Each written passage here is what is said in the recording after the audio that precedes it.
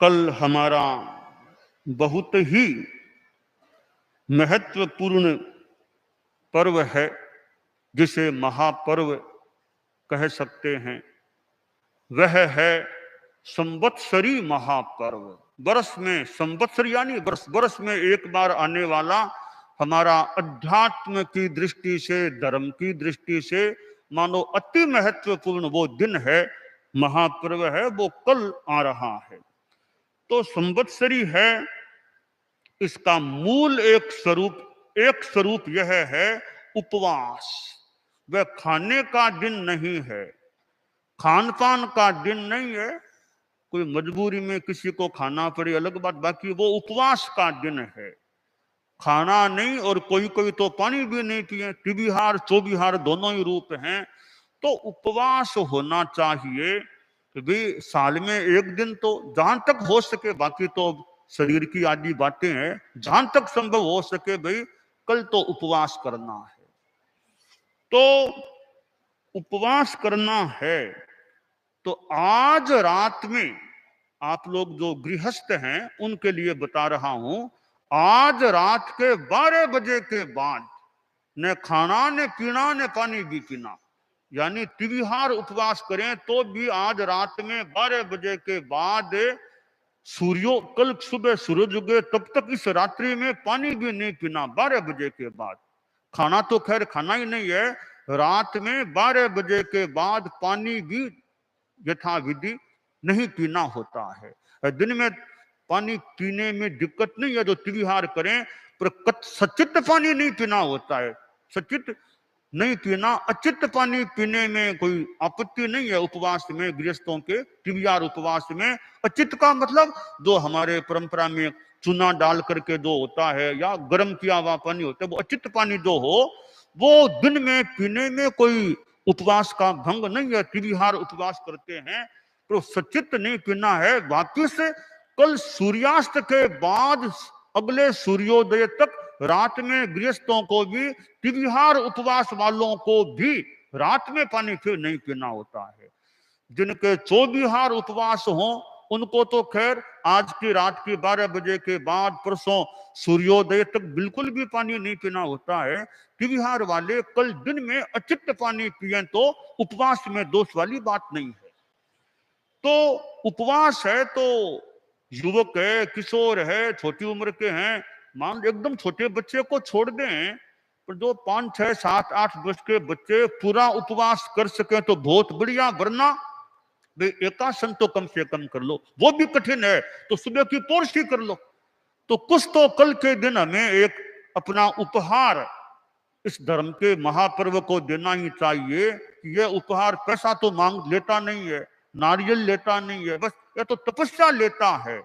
तो इसको हम तपस्या का उपहार दें। यह संवत्सरी महापर्व आ रहा है, हम तपस्या की भेंट चढ़ाएं, यानी तपस्या करें। तो उपवास करना चाहिए। वो कठिनाई हो, किसी के स्वास्थ्य की दिक्कत है, शुगर की दिक्कत है, बीपी की हो, जो भी कोई दिक्कत है ऐसी नहीं करना बहुत कठिन है तो एकासन दवाई लेनी पड़ती है, जरूरी है, तो एकासन कर सकते हैं। कि वो भी कठिन है तो 10 बजे तक, 11 बजे तक या पोरसी तक तो कम से कम न खाना न पीना ऐसा करें। तो जितना कर सकें वो उपवास करना, ज्यादा ही दिक्कत हो थोड़ा कम कर लो, भले कुछ न कुछ तो करने का यथासंभवतया प्रयास होना चाहिए। हमारे साधु साधियों के तो चौबिहार उपवास का विधान है कि चारित्रात्माएं हैं, उनके कोई विकल्प नहीं है कि चौबिहार करो त्रिविहार करो, दोनों एक ही बात है, कोई दूसरा विकल्प है ही नहीं, ओनली चौबिहार है। छोटे से छोटे साधु को लेकर बड़े से बड़े साधु के लिए यह सामान्य विधि यही है कि चौबिहार उपवास। वो कैसे?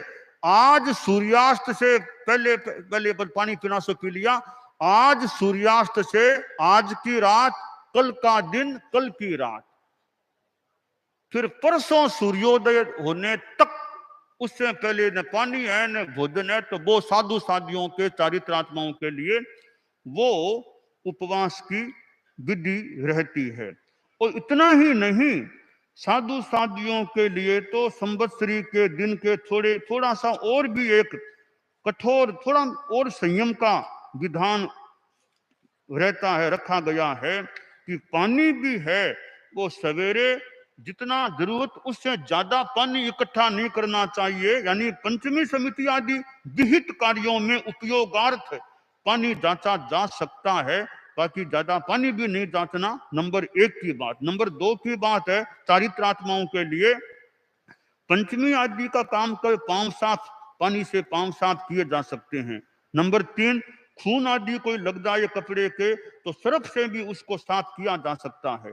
नंबर 4 सर्फ आदि मात्र हाथ धोने आदि आवश्यक काम में लिया जा सकता है, बाकी और कोई भी धोना धोना कल कुछ नहीं हो सकता है। नंबर 5 प्रस्रवण की पट्टी लगाने में आपत्ति नहीं है। नंबर 6 है कल आंखें भी नहीं छांटना। कल पानी से हमारे बाल मुनि और भी ध्यान दे लें, कल मुंह में तो पानी लेना ही नहीं है। इसके लिए एक यह ध्यान देना चाहिए साधु साधियों को कि हमारी वो आदत है मुंह पत्ती खोली मुंह में पानी लिया, तो कल क्या करना चाहिए, मुंह पत्ती सवेरे खोलनी नहीं चाहिए। मुंह पत्ती खोली कि माने कोई हाथ पानी चला जाए। तो हमारे बाल मुनि और भी सभी हम लोग हैं कि जहां तक संभव हो सके तो मुंह पत्ती खोलना ही नहीं जब पानी पास में हो तब, ताकि मुंह में कहीं पानी लग न जाए। तो मुंह में तो पानी लगे ही नहीं। आंखों को भी नहीं छांटना कल। कल पानी से आंख साफ करना है तो मामूली कपड़े से ऐसे भले कुछ कर दो, थोड़ा कपड़े से आंख, हाथ कपड़े से, पानी से आंख नहीं छांटनी होती है। साधु साधियों के लिए चारित्रात्माओं के लिए यह व्यवस्था नियम है। या पसी लुना आदि हैं उनको कल धोना नहीं होता है, वो ऐसे ही पड़ा है बस, धोना नहीं होता है कल। ये 7 नियम चारित्रात्माओं के लिए संवत्सरी के हैं। और हमारे कल चौबियार उपवास है, आज शाम से ही है, तो बाल मुनि आदि छोटी साधियां कोई है तो अपना ध्यान रख ले पानी पीने का, ठंडा जो पानी पीना हो। कल छुट्टी, कल कुछ पानी नहीं है कोई, तो हमें बहुत अच्छी तरह से संवत्सरी की आराधना करनी है। तो कल यह उपवास की बात है, साधु साधियों चारित्रात्माओं के लिए कुछ बात बताई। अब जो गृहस्थ लोग हैं उनके लिए कई जानकारियां मैं उपवास आदि की आराधना के संदर्भ में देना चाहूंगा कि जैसे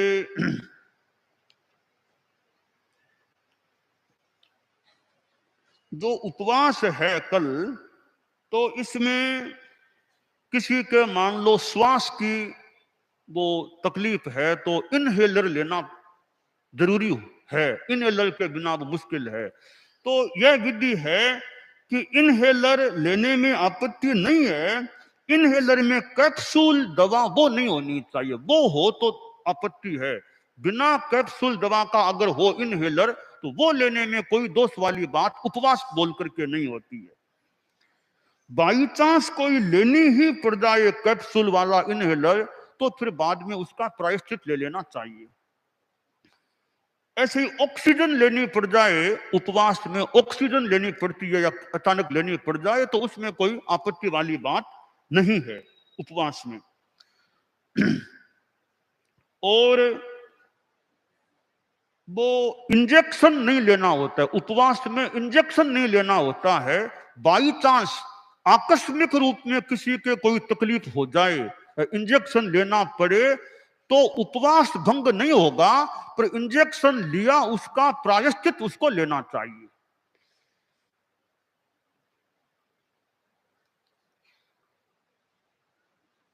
और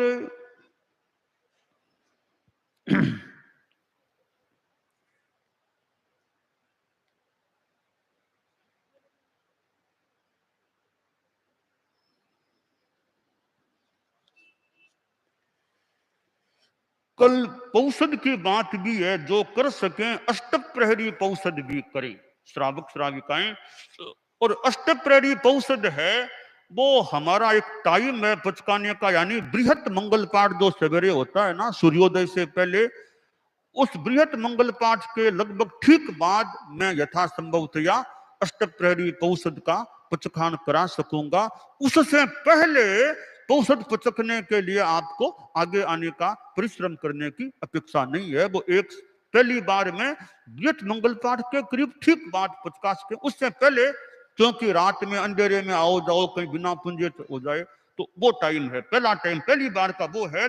उसके बाद हमारे संत लोग हैं वो ड्यूटी पर संभवतः हमारे 3 मुनि हैं, मुनि राजकुमार जी है, मुनि पृथ्वीराज जी जसोलहर, मुनि अक्षय प्रकाश जी, 3 संत हमारे पौषध पचकाने के लिए नियुक्त हैं कल।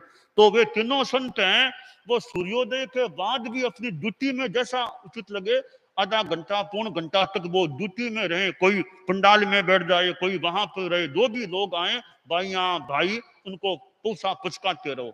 अब शाम को 2-4 प्रहरी पौषद मान लो करेंगे तो एक बार तो मैं खुद पुचका दूंगा, बाकी हमारे संत भी पहले वो आए हुए रह सकेंगे, ध्यान रखेंगे। तो 3 हमारे संत पौषद पुचकाने के लिए नियुक्त हैं। अब जो कल पौषद मान लो कोई न भी कर सके अष्ट प्रहरी, तो सामायिक करें, वो तो करी सामायिक करने का प्रयास करें।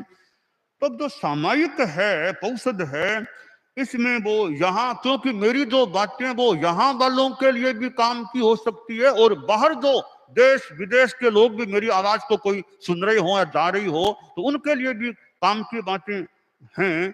कि जैसे सामायिक है पौषद है, तो मोबाइल फोन का उपयोग उसमें नहीं करना है, ईयरफोन का उपयोग, स्पर्श भी इनका नहीं करना चाहिए, न कोई बातचीत करनी चाहिए, और यह समय देखने के लिए भी मोबाइल फोन का उपयोग सामायिक व पौषद में नहीं करना है। और ऐसी व्यवस्था करें, घंटी ऐसी बंद हो कि बीच में कोई घंटी भी न बजे सामायिक और पौषद के दौरान, यह प्रयास होना चाहिए। और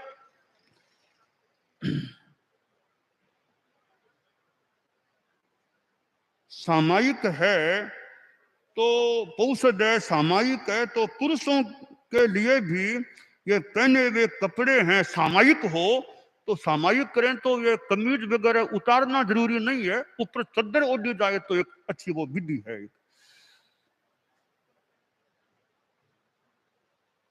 सामायिक में मुख्य वस्त्र का रहना विधि सम्मत है, खुले मुंह फिर कोई आवाज निकल जाए तो मुंह पत्ती लगी हुई रहे, वो विधि सम्मत है। और सामायिक करें तो वो एक आसन लगा करके बैठने की सामान्य रीत है, कदाचित आसन न हो तो बिना आसन भी सामायिक की जा सकती है।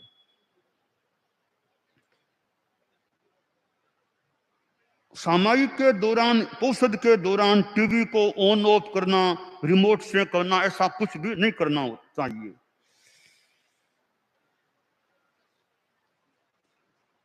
और सामायिक है, एक साथ कितनी भी समाई ली जा सकती है, 1 2 लो, 3 लो, 4 लो, अगली समाई आने से पहले अगली समाई भी ले सकते हैं। तो कालमान पूरा करना चाहिए, एक एक मुहूर्त का पूरा होना चाहिए।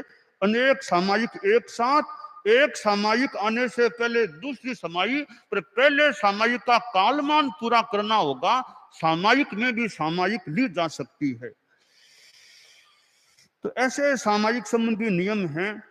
और ये पौषद करें तो पौषद में गैस वाला तकिया काम लिया जाए तो आपत्ति नहीं है, किंतु पौषद के दौरान खुद को उसमें गैस नहीं भरनी होती है, गैस वाला तकिया काम में लिया जाए तो दिक्कत नहीं। पौषद में निवार, ये मूंज आदि से निर्मित चारपाई का उपयोग करना निषिद्ध है। कारण की स्थिति में स्पंज, डनलप, फोम आदि व सोफा सेट का उपयोग करने में आपत्ति नहीं है। हिंसा वर्जन आवश्यक है, प्रतिलेखन करना भी आवश्यक है। और कोई दिन में 4 प्रहरी सामायिक करें यानी पौषद करें, वो भी कर सकते हैं, अष्ट प्रहरी नहीं कर सकते।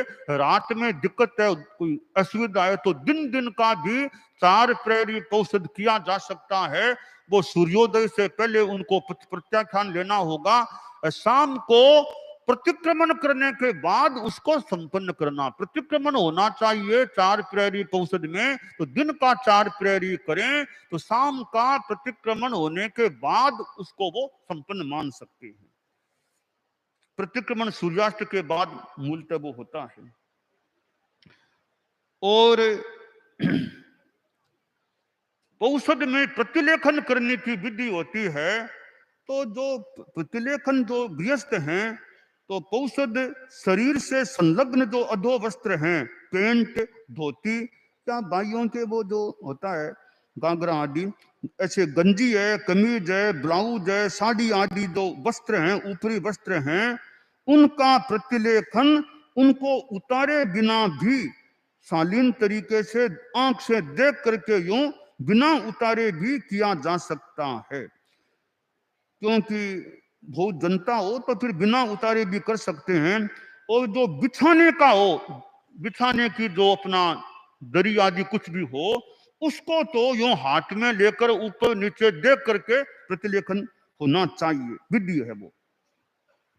पूंजनी वह रजोहरण है, वो पोसे में पूंजनी पास में हो या कोई रजोहरण भी रख सकते हैं। उनके जो धागे हैं उनको ऊपर नीचे करके उनका प्रतिलेखन करना होता है। तो अष्टक प्रहरी पौषध करें कल, एक तो शाम को, यानी लगभग मान लो आप शाम का 3:45 के बाद सूर्यास्त से पहले पहले प्रतिलेखन, फिर परसों सवेरे या प्रतिक्रमण होने के बाद फिर प्रतिलेखन, यो 2 बार प्रतिलेखन अष्टक प्रहरी पौषध करने वालों को और 6 प्रहरी करने वालों को भी वो कर लेना विधि सम्मत। अष्टक प्रहरी में तो है ही, 6 प्रहरी वालों को भी करना विधि सम्मत हो सकता है। और उपकरणों में कोई कांटा आदि हो तो उसको धीरे से सावधानी से एक तरफ रखने में, ताकि हिंसा ज्यादा न हो, एक तरफ रखने की विधि, उसमें आपत्ति नहीं है।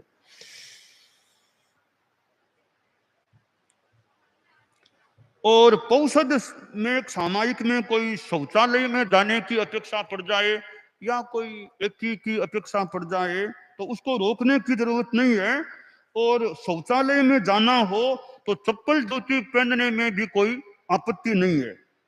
वो चप्पल जूती जीव रही तो कोई कीड़ा मकोड़ा न हो, वो ध्यान दे लेना चाहिए।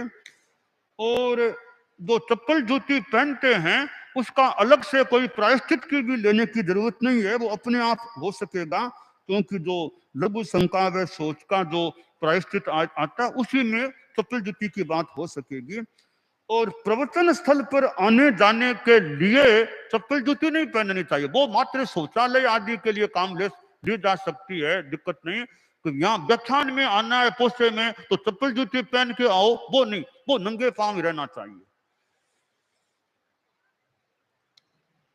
पंडाल आदि में मेरी सारी बातें यहाँ के लिए भी और पूरे देश विदेश में काम आ सकती है। तो कहीं जो गलीचा हो, दरिया हो, वो उन पर टेप, लंबी लंबी दरिया है, टेप लगा दी गई है, तो उन पर सामायिक व पौषध में नहीं बैठना, न सोना, वो काम नहीं लेना। कोई जीव जंतु नीचे हो सकते हैं।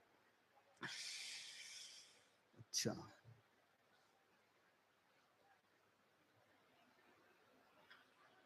और हमारा जो ये शिविर चल, गृहस्थों का पर्यूषण का साधना का महाशिविर है, आज 2 बजे तक का है। 2 बजे बाद 2 बजे वो शिविर संपन्न हो सकेगा। और आज रात्रि में कोई वैसे संतों का वो भाषण बोल के प्रोग्राम नहीं, और जो कुछ सूचनाएं थोड़ी वो हमारे दिनेश जी आदि कुछ सूचनाएं और दे सकते हैं। तो हमें अच्छी तरह संवत्सरी महापर्व की आराधना करने का प्रयास करना है।